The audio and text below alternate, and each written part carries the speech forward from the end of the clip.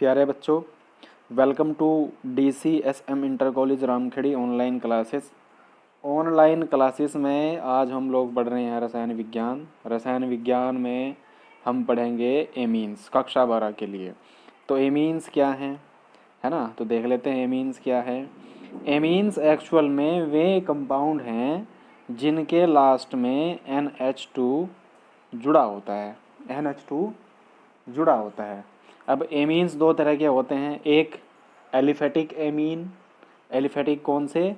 जो RNH2 फॉर्मूले को फॉलो करते हैं, ये एलिफेटिक एमीन है। और दूसरे हैं एरोमेटिक एमीन। एरोमेटिक एमीन किस तरह के? एरोमेटिक एमीन वे हैं जो, सपोज करो ये बेंजीन का एक रिंग है और बेंजीन के रिंग के साथ अगर कहीं पर NH2 जुड़ा हुआ है तो ये इस तरह के जो कंपाउंड्स बनेंगे वो सब के सब एरोमेटिक एमीन कहलाते हैं। तो इनकी डेफिनेशंस देख लेते हैं। सिंपल सी डेफिनेशन है कि एमीन्स अमोनिया के एक या दो या तीन हाइड्रोजन परमाणुओं को विस्थापित करके बनते हैं। और विस्थापित किसके द्वारा आते हैं? एल्कील अथवा एरिल समूह द्वारा विस्थापित होते हैं। अब ये एल्कील क्या है? एल्कील वही है जो आपने आज तक पढ़ा है। एल्कील वही है जो आज तक आपने पढ़ा है। CnH2n+1 ये एल्कील है। और एरिल इस तरह के कंपाउंड्स हैं, ये इस तरह के कंपाउंड्स एरिल कहलाते हैं। मतलब बेंजीन के जितने भी कंपाउंड्स हैं या बेंजीन का मूलक समूह एरिल कहलाता है। बेंजीन का जो मूलक समूह है वो एरिल कहलाता है। अब ये जो एमीन्स हैं, एमीन्स मुख्यतः दो तरह के होते हैं। पहले होते हैं एलिफेटिक एमीन और दूसरे होते हैं एरोमेटिक एमीन। अब ये एलिफेटिक एमीन क्या हैं? एलिफेटिक एमीन वे एमीन हैं जो RNH2 सूत्र से बने होते हैं, मतलब जिनका सूत्र RNH2 होता है। वैसे तो एलिफेटिक एमीन भी कई तरह के होते हैं, लेकिन वो चीज़ हम बाद में देखेंगे। अभी पहले ये देख लेते हैं कि एलिफेटिक एमीन क्या होते हैं। तो एलिफेटिक एमीन क्या है कि ये एल्किलों के व्युत्पन्न होते हैं तथा एल्किल मूलक द्वारा अमोनिया के एक या अधिक हाइड्रोजन परमाणुओं को विस्थापित करने पर प्राप्त होते हैं, जैसे मेथिलेमीन, CH3NH2, एथिलेमीन इत्यादि। इसके बाद नेक्स्ट क्या है? नेक्स्ट है एरोमेटिक एमीन। अब ये एरोमेटिक अमीन क्या है? एरोमेटिक अमीन इन्हें जो एरोमेटिक अमीन है इन्हें हम साधारणतः एरिल अमीन भी कहते हैं। एरिल अमीन इसलिए कहते हैं क्योंकि ये जो हम स्ट्रक्चर बना रहे हैं ये स्ट्रक्चर है एरिल का, है ना। जब एरिल के साथ एमीन जुड़ेगा तो ये हो जाएगा एरिल एमीन। तो जब कोई बेंजीन का रिंग है, जब बेंजीन का कोई रिंग किसी अमोनिया परमाणु से या अमोनिया के एक अणु से NH3 से एक हाइड्रोजन या दो हाइड्रोजन या अधिक हाइड्रोजन रिमूव करता है तो वो एरोमेटिक एमीन कहलाते हैं, जैसे एनिलीन, डाइमेथिल एनिलीन इत्यादि। अब हम देख लेते हैं हाइड्रोजन परमाणु के विस्थापन के आधार पर एमीन का वर्गीकरण, यानी कि अमोनिया से हाइड्रोजन परमाणु के विस्थापन के आधार पर एमीन कितने प्रकार के होते हैं। तो मान लीजिए ये अमोनिया है और अमोनिया में 3 हाइड्रोजन के परमाणु हैं। अगर अमोनिया से एक हाइड्रोजन का परमाणु रिमूव होता है तो ये इसका स्ट्रक्चर कुछ इस तरह का हो जाता है, यानी इसका जो एक इलेक्ट्रॉन है वो फ्री हो जाएगा अमोनिया का, और ये कहलाएगा एमीन। एमीन या एमिनो ग्रुप। अब जब ये एमिनो ग्रुप है, इसका एक बॉन्ड फ्री है, तब हम इसको बोल लेंगे 1 डिग्री एमीन। अगर इसी अमोनिया के 3 अणु में से 2 अणु विस्थापित हो जाएं, अभी तो ये एक अणु विस्थापित हुआ है, अगर इसके 2 अणु विस्थापित हो जाए तो इसका स्ट्रक्चर कुछ इस तरह का होगा, सिंगल बॉन्ड NH और सिंगल बॉन्ड, ये एक लोन पेयर इलेक्ट्रॉन है, ये कहलाएगा हमारा 2 डिग्री एमीन। ये हमारा 1 डिग्री एमीन। और इसी तरह यदि अमोनिया से ये बचा हुआ हाइड्रोजन परमाणु भी अगर रिमूव हो जाता है तो इसका स्ट्रक्चर कुछ इस तरह से बनेगा, और ये हमारा कहलाएगा 3 डिग्री एमीन।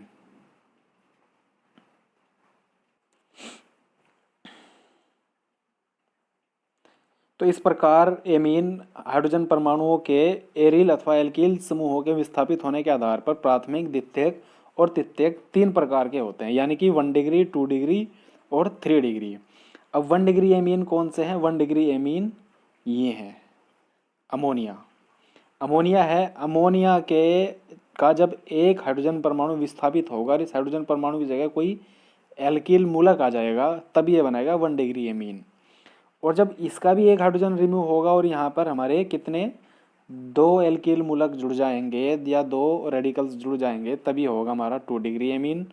और जब इसके 3 हाइड्रोजन रिमूव होकर, तीनों के तीनों हाइड्रोजन रिमूव होकर 3 बार रेडिकल्स जुड़ेगा तब ये बनेगा हमारा 3 डिग्री एमीन।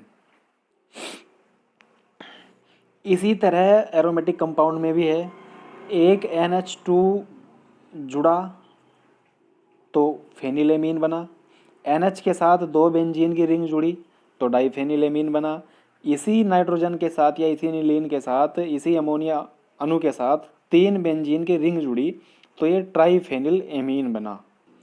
अतः हम कह सकते हैं कि एमीन्स का फॉर्मूला RNH2 है। अब ये R क्या है, R की जगह हम लोग यूज़ करेंगे एल्कील अथवा एरिल। तो R एल्कील मूलक हो सके अथवा एरिल समूह भी हो सकता है। इसके कुछ एग्जांपल्स हैं जैसे मेथिलेमीन, डाइएथिलेमीन, ट्राइमेथिलेमीन। तो हम देख लेते हैं प्राथमिक एमीन या 1 डिग्री एमीन। तो प्राथमिक एमीन इनका सामान्य सूत्र क्या है भाई, RNH2 है। ठीक है, इनका सामान्य सूत्र क्या है, RNH2 है। ये बनते कैसे हैं, जब अमोनिया से रेडिकल द्वारा एक हाइड्रोजन परमाणु विस्थापित होता है तब प्राथमिक एमीन का निर्माण होता है। यानी कि जब अमोनिया से एल्किल मूलक द्वारा एक हाइड्रोजन परमाणु विस्थापित होता है तब 1 डिग्री एमीन्स बनते हैं। अब इसी तरह द्वितीयक एमीन है। द्वितीयक एमीन में क्या है कि यदि अमोनिया से 2 परमाणु, प्राथमिक एमीन से 1 या एल्किल मूलक से 1 या दोनों परमाणु RNH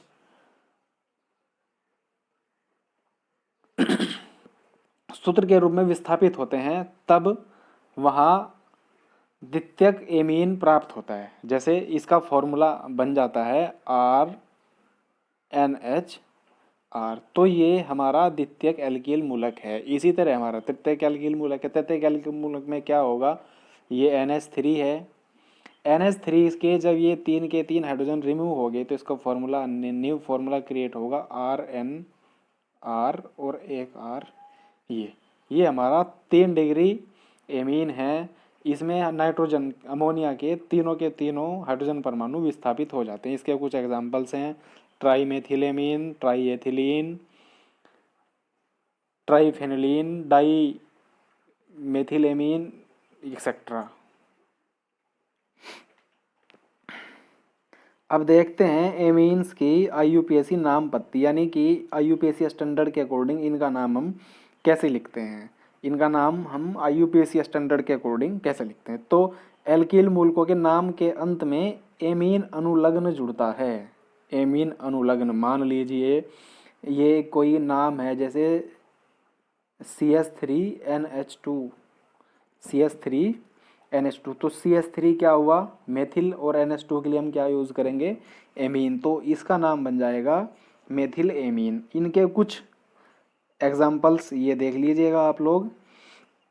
जैसे ये है ना, इस कंपाउंड में क्या है कि ये हमारी मेन चेन हो गई और मेन चेन में कितने कार्बन एटम हैं, 5 कार्बन एटम है। काउंटिंग किधर से शुरू होगी, जिधर से कोई भी क्रियात्मक समूह नियर होगा। क्रियात्मक समूह किधर से नियर है, 1 2 3, यहाँ से 3 है। लेकिन हम देख रहे हैं कि यहाँ अगर हम दूसरी साइड से काउंटिंग करें तो ये 1, ये 2 और ये 3, ये दोनों साइड से 3 पे है। लेकिन 2 नंबर पे, 2 नंबर पे एक ब्रांच भी जुड़ी हुई है।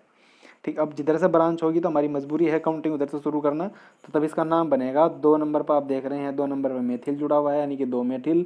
पूरी चेन का नाम है पेंटेन, 2 मेथिल पेंटेन। और 3 नंबर पर जुड़ा हुआ हमारा एमीन समूह, तो इसका नाम हो गया 2 मेथिल पेंटेन 3 एमीन। इसी तरह अगला कंपाउंड, अगले कंपाउंड में भी ऐसे ही है।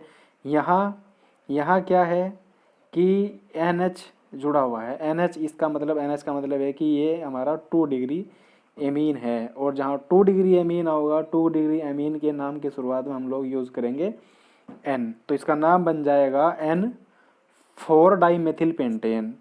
क्योंकि 4 डाइमेथिल पेंटेन इसलिए आया क्योंकि ये बाई मिस्टेक है थोड़ा सा, ये होगा एक्चुअल में ऐसे कि ये N24 क्योंकि 2 नंबर पे भी मेथिल है और 4 नंबर पे मेथिल, 2,4 डाई मेथिल पेंटेन, और 2 नंबर पे ही हमारा फिर क्या है, एमीन है। तो एक्चुअल में इसका नाम ये होगा जो हम लिखवा रहे हैं, ये करेक्ट है, ये कर लीजिएगा आप लोग।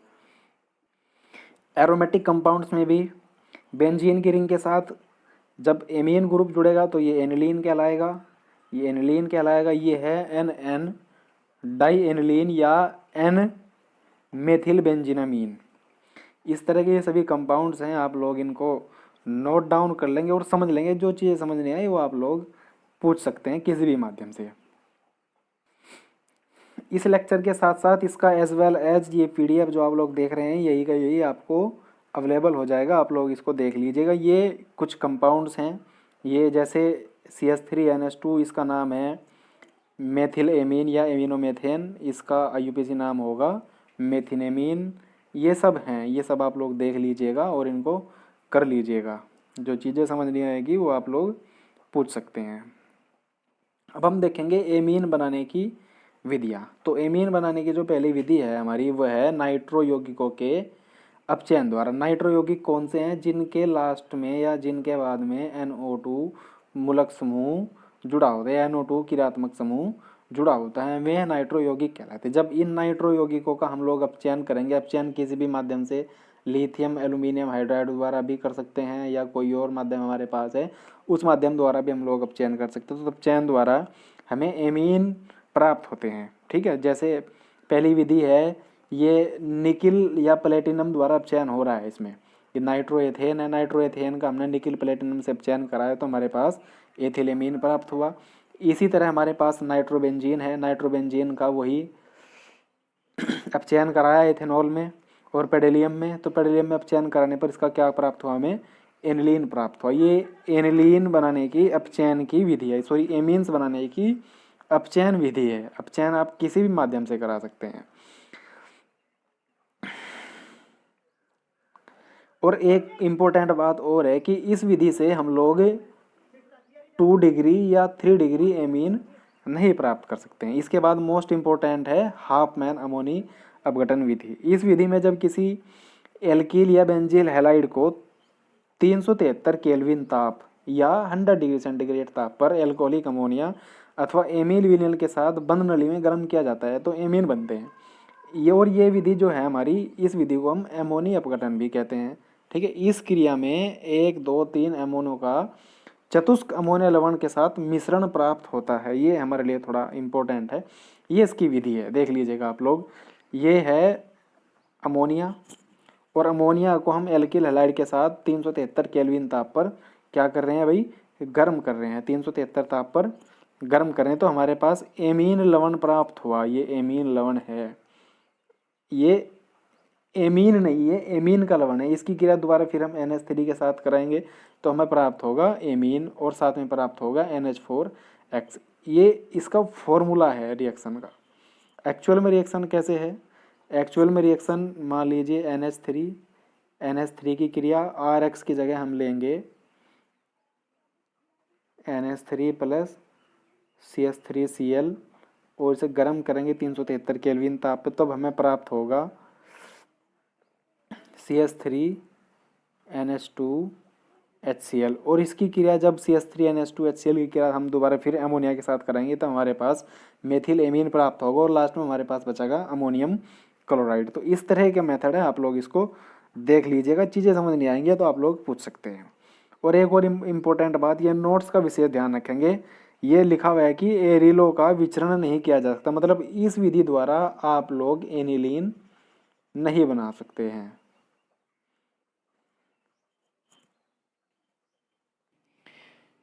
इसके बाद तीसरी विधि है नाइट्राइल तथा आइसोनाइट्राइल के अपचयन द्वारा। अब देख लीजिएगा कि जब किसी उत्प्रेरक हाइड्रोजन क्या है कि हाइड्रोजन के साथ हम कोई उत्प्रेरक भी जोड़ेंगे। उत्प्रेरक कैसे? जैसे प्लेटिनम उत्प्रेरक, निकेल उत्प्रेरक, Mn उत्प्रेरक या कोई भी उत्प्रेरक जब हम हाइड्रोजन के साथ जोड़ेंगे और हमारे पास होगा एल्कील साइनाइड या नाइट्राइल, एल्किल नाइट्राइल है ना, तब उसका जब हम अपचयन कराएंगे उत्प्रेरक में करा देते हैं या लिथियम एल्युमिनियम हाइड्राइड में करा देते हैं तो हमारे पास प्राथमिक एमीन हमको प्राप्त होता है। इसी तरह ये रिएक्शंस हैं, ये ए आर का मीन्स है, A R means aryl, aryl मतलब ये रिंग बेंजीन की ये रिंग, ठीक है, इसका मतलब ये। जिस तरह इस रिएक्शंस में दिया गया है ये है बेंजोनाइट्राइल, क्या है ये है बेंजोनाइट्राइल, और बेंजोनाइट्राइल का हम अब चयन करा रहे हैं निकेल हाइड्रोजन में या लिथियम एल्युमिनियम हाइड्राइड में, तो हमारे पास प्राप्त हमें हो रहा है बेंजिलेमीन। इसके बाद है मोस्ट इंपॉर्टेंट मेंडियस अपचयन। मेंडियस अपचयन क्या कहता है कि जब एल्किल साइनाइड का अपचयन सोडियम अथवा अल्कोहल द्वारा होता है तब 1 डिग्री यानी कि प्राथमिक एमीन हमें प्राप्त होते हैं। अब ये उत्प्रेरकीय अपचयन भी है एक तरह से, और सोडियम अमलगम मतलब Hg मतलब पारा को बोला जाता है अमलगम, है ना, सोडियम अमलगम द्वारा एल्कोहल में इसका अपचयन भी है, तो ये एसीटोनाइट्राइल से हमारा बनना है एथिलेमीन। इसके बाद अगली विधि है कि आइसोसाइनाइड के अपचयन द्वारा द्वितीयक एमीन प्राप्त होते हैं। आइसोसाइनाइड के अपचयन द्वारा द्वितीयक एमीन प्राप्त होते हैं। यह है एल्कील आइसोसाइनाइड। एल्कील आइसोसाइनाइड का हम लोग अपचयन कराएंगे उत्प्रेरक में या लिथियम एल्युमिनियम हाइड्राइड द्वारा, तो हमें प्राप्त होगा एन मेथिल एल्किलेमीन 2 डिग्री। ये 2nd डिग्री एमीन है हमारे पास।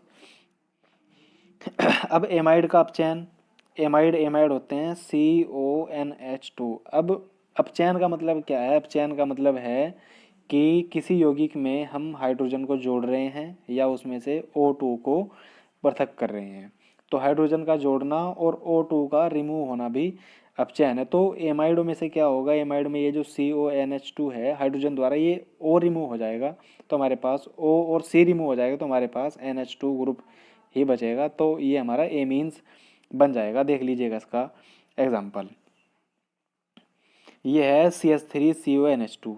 हम कह रहे हैं कि O रिमूव होगा, तो O रिमूव हुआ, क्या बना? एथिलेमीन। यहाँ से भी O रिमूव हुआ, क्या बना? बेंजिलेमीन।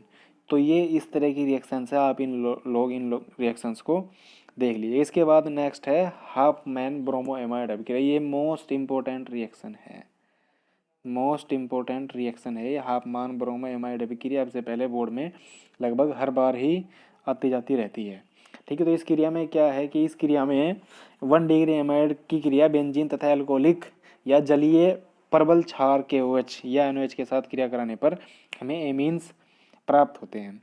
जैसे ये प्राथमिक एमाइड है RCH2CONH2, इसकी क्रिया ब्रोमीन जल KOH में, और KOH ये एल्कोहलिक भी हो सके जलीय भी हो सके, तो हमारे पास दोनों कंडीशन में प्राथमिक एमीन ही बनता है, ठीक है। मोस्ट इंपोर्टेंट रिएक्शन है, थोड़ा देख लीजिए। अगली विधि है एजाइडों के अपचयन द्वारा। अब एजाइड क्या है?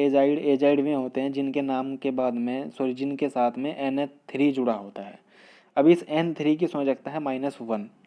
अब ये जैसे मान लीजिए मैं एक लिख रहा हूँ, जैसे ये लिखा NaN3, ये लिखा हुआ भी है, इसका नाम है सोडियम एजाइड, और मैंने एक कंपाउंड और लिखा CH3N3, ये है हमारा मेथिल एजाइड। तो जब हम इनका एजाइडों का अपचयन कराते हैं, अपचयन किसके माध्यम से होगा? वही उत्प्रेरक में। उत्प्रेरक अपचयन या लिथियम एल्युमिनियम हाइड्राइड द्वारा अपचयन कराते हैं तो हमारे पास प्राथमिक एमीन बनते हैं। हम क्या प्राप्त करते हैं?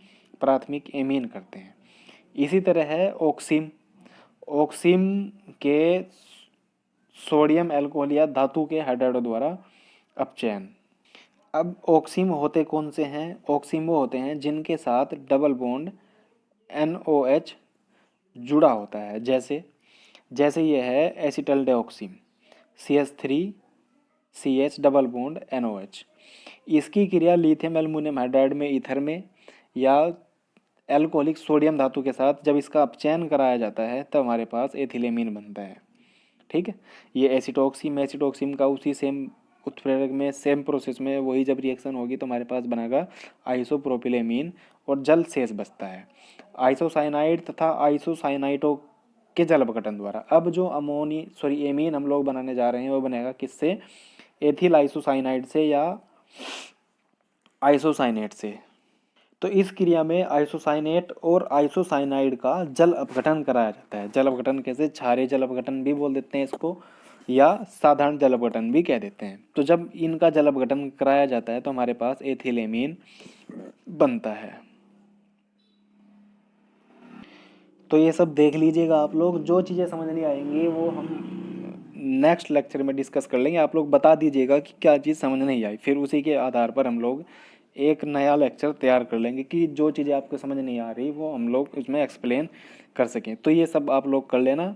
Thank you and thank you so much. Next इसका पार्ट 2 आपको कल अवेलेबल हो जाएगा। Thank you so much.